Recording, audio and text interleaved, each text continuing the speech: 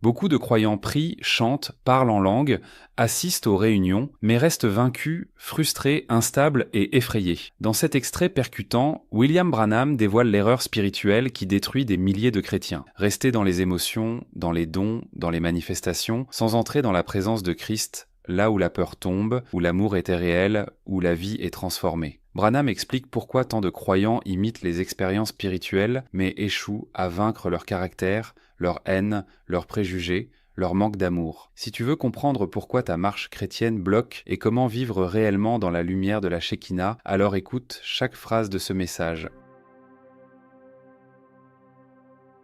You're scared. People today is afraid. What you afraid of? Oh, vous avez peur. Les gens ont peur, tellement peur, même de la mort elle-même. Mais la mort ne fait pas peur à un chrétien. C'est pour cela qu'il y a cette chose en vous. Rien que la pensée des gens qui ont peur tout le temps. Frère, mon ami, le médecin m'a dit que je ne pourrais jamais guérir. De quoi as-tu peur? Il y a une expiation qui t'attend ici-bas. Oui, mes frères Branham, j'ai tellement péché. De quoi as-tu peur? Il y a une expiation qui t'attend. Il y a quelqu'un qui t'aime. N'aie pas peur.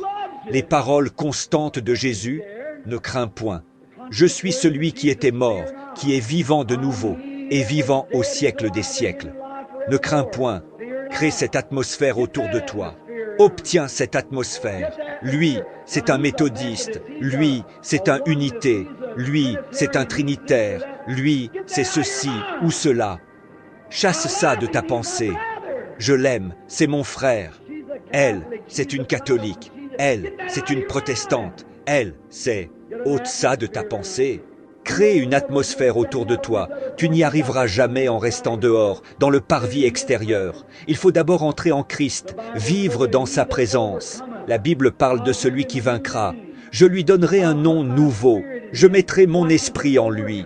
Remarquez, il y a d'abord une victoire, un vainqueur. Il faut vaincre ces choses pour être en Christ.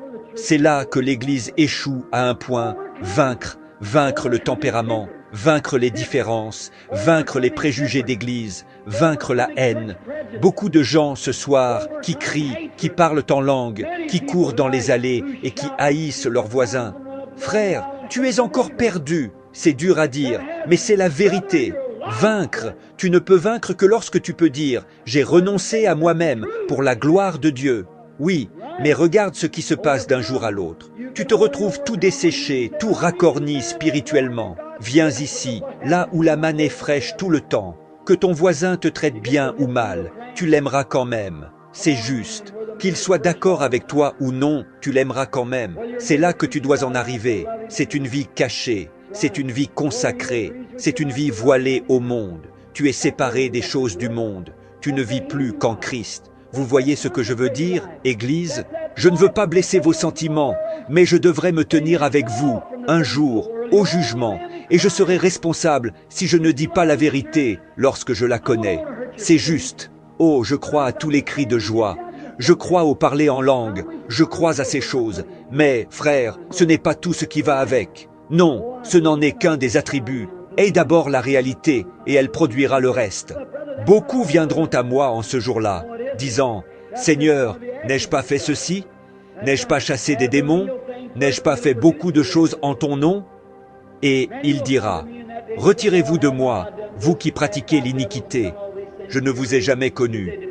Faites attention. » Remarquez ce taureau qui se rua sur moi, alors qu'il fonçait droit vers moi et que je me tenais là, je lui dis « Je ne te ferai aucun mal, va te coucher. » Et il arriva à environ 1,50 m de moi, s'arrêta, complètement épuisé, regarda d'un côté puis de l'autre, se retourna, s'en alla se coucher, et je traversai le champ à moins de 3 mètres de lui, et il ne bougea plus. Je passai de l'autre côté, et quand je me tins là, je repris mes esprits. Je me demandais « Qu'est-ce qui vient de se passer ?» Alors je commençais à pleurer, à lever les mains, à louer Dieu. L'été dernier, je tondais ma pelouse. J'utilisais la tondeuse tractée. Les gens venaient pour la prière. Je sortais, j'enfilais ma salopette et je tondais un peu. Et dès que quelqu'un arrivait, je devais courir derrière, changer de vêtements, entrer prier pour un malade. 2 heures après, retourner dehors, reprendre la tondeuse, peut-être faire 2 ou 3 tours dans la journée. Et, quand j'arrivais au fond du jardin, le devant avait déjà repoussé. J'avais bien du mal avec tout ce monde qui arrivait. J'avais oublié. Combien savent ce que sont les frelons, ces grosses guêpes? Elles font un grand nid. Un groupe en avait fait un, là, près de l'angle de la clôture, dans un petit buisson. Je passais la tondeuse là, dans l'arrière-cour, sans que personne ne me voie. J'avais enlevé ma chemise. Je tondais et j'ai heurté la clôture. D'un seul coup, j'avais oublié ces frelons. En quelques instants, j'en étais couvert de partout. Un grand gaillard, torse nu. D'abord, j'ai eu peur, mais ça s'est reproduit. Quelque chose là vint sur moi. Je pensais, pauvres petites bêtes, elles étaient dans leur nid. Elles ne me dérangeaient pas, c'est moi qui les ai dérangées. Je voudrais bien savoir ce que c'est, mais c'est quelque chose qui arrive. Et j'ai pensé, pauvre petite créature. Alors j'ai dit, maintenant, petite créature de Dieu, c'est Dieu qui vous a créé. Je suis le serviteur de Dieu. Je dois finir vite cette pelouse. Elle bourdonnait partout autour de moi. Je n'avais pas peur. Je dis, maintenant, retournez dans votre nid, au nom du Seigneur Jésus, car je dois me dépêcher de tondre cette pelouse. Je ne vous dérangerai plus, car des serviteurs de Dieu attendent la prière. Frère, je te rencontrerai au jugement. Elles firent quelques tours autour de moi, puis une s'envola droit vers le nid, et tout le groupe la suivit, et tout se calma. L'atmosphère. Dieu. C'est ça. Il y a quelque chose là-dedans. La peur est une chose terrible. Avez-vous déjà observé un chien? Dans la maison où je loge, il y a un grand berger. Je suis entré dans la cour aujourd'hui. Voici que le grand berger traverse la foule en courant et vient droit vers moi. Bien sûr, je l'aime. Là-bas en Allemagne, dès que je rencontrais les petits chiens, ils se jetèrent sur moi, je les prenais dans mes bras. Je les aime, ils le savent. Et si, dans ton cœur, tu aimes vraiment les gens, ils le savent. On ne trompe pas les gens si facilement. Tu peux faire semblant, mais ils savent que tu joues la comédie. Et Satan sait aussi quand tu fais semblant, mais il sait aussi quand c'est réel. Tu peux imiter, tu peux faire ressembler beaucoup de choses à la réalité, mais tu n'accompliras jamais vraiment l'œuvre tant que tu n'es pas venu à Christ. C'est exact. Un amour parfait, consacré, saint, vendu à Dieu, corps, âme et esprit, entré en Christ. Voilà, ami, c'est la vérité. Regarde, c'est rafraîchissant. Es-tu déjà sorti le matin dans cette atmosphère fraîche après que la rosée est tombée? Remarque, as-tu déjà visité un jardin de roses, tôt le matin, quand les fleurs viennent juste de s'ouvrir? Ce parfum, cette fragrance des fleurs, au petit matin. Pourquoi? Parce que tout est calme, et chaque semence qui tombe en terre, c'est la rosée qui la fait revivre. Elle rafraîchit la terre. Prends la semence de Dieu et dépose-la dans un bon cœur tendre, souple, sans préjugés, sans esprit de parti, un cœur doux et humble. Et laisse-y cette semence de Dieu germer, laisse-la grandir à l'écart. Et que les gouttelettes de gloire tombent sur cette âme.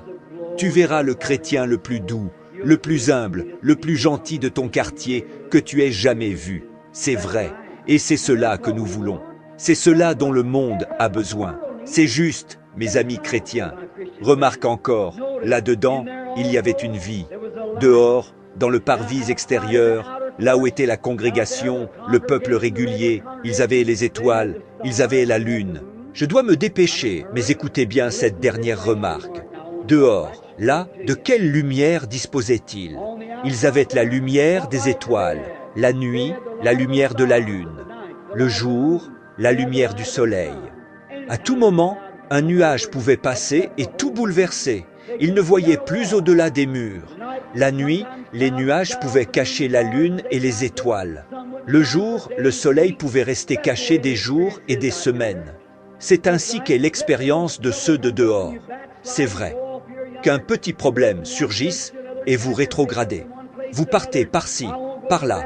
Vous allez d'une église à l'autre, transportant votre lettre de recommandation d'un endroit à un autre. Je ne retournerai plus chez les baptistes parce que, je vais vous dire, je ne les aime pas là-bas. Les méthodistes vous malmènent, vous filez chez les pentecôtistes, puis, de là, chez les nazaréens. Voyez, vous vivez dans le parvis extérieur. La moindre chose, la vieille vie du monde, peut vous éteindre. Non, frère Branham, moi je suis allé plus loin que ça. J'ai goûté que le Seigneur est bon. C'est bien. Alors vous êtes à l'autel, au premier endroit. Vous êtes dans le lieu saint. Mais souvenez-vous, ils avaient aussi de la lumière, mais c'était artificiel. Ils avaient un chandelier à 7 branches qui leur donnait de la lumière. Ces lampes, parfois, faiblissaient. Parfois, elles fumaient. Vous savez ce qu'est une lampe qui fume? Parfois, elle s'éteignait. Et c'est comme ça dans ce genre de vie. Quand on vit seulement là, en disant « Eh bien je crois, mais je ne peux pas aller jusque-là. Je ne crois pas ceci, ni cela. Je crois jusqu'à un certain point, et mon Église ne l'enseigne pas, alors je ne pourrai pas l'accepter. » Voyez? Vous êtes en train de fumer. La moindre petite chose qui arrive, votre lumière se couvre de fumée, et bientôt, la flamme s'éteint. Mais regardez à l'intérieur. Oh, frère, l'homme qui est entré là une fois, quand il passait de ce côté-ci, toute lumière naturelle, toute lumière artificielle était coupée de lui. Et la seule lumière qu'il avait, c'était, sous les ailes des chérubins, la lumière de Shekinah, une lumière douce, sainte, qui ne s'éteignait jamais. Peu importait ce que faisait le soleil, ce que faisaient les lampes, ou quoi que ce soit d'autre. Celui qui vivait dans cette présence marchait dans la lumière, jour et nuit. C'est là que nous devons être. Peu importe ce que sont vos expériences. Si ce sont des chagrins, des problèmes, des bouleversements, ci ou ça, vous marchez toujours dans la lumière de Dieu. Vous vivez dans la gloire de Shekinah. Vous vivez là où Jésus est, dans sa présence. Et toutes choses concourent au bien de ceux qui aiment Dieu. Et vous l'aimez, et vous marchez dans cette vie douce, paisible, tendre, humble, chrétienne. N'aimeriez-vous pas marcher ainsi? Il n'y a pas une seule personne ici qui ne voudrait pas vivre là-dedans. Et amis, c'est là que vous devriez vivre. Si vous voulez connaître le secret de cette vie, si vous voulez savoir pourquoi ces choses existent, un jour, par la grâce de Dieu, il m'y a fait entrer. C'est ça, c'est cela qui fait la différence. Il n'y a rien en vous-même. Vous ne vivez plus pour vous-même, vous vivez pour les autres. Si ce message t'a touché, souviens-toi, ce n'est pas parler en langue, courir dans l'église ou crier Alléluia qui te transforme, mais vivre dans la présence de Christ, dans l'amour, la douceur, la victoire. L'erreur spirituelle qui détruit tant de croyants, c'est d'imiter la vie chrétienne, sans entrer réellement dans la vie intérieure. Si tu veux recevoir d'autres messages profonds de William Branham, abonne-toi maintenant et partage cette vidéo, elle peut éveiller un croyant qui pense être en sécurité alors qu'il est encore dans les cours extérieures.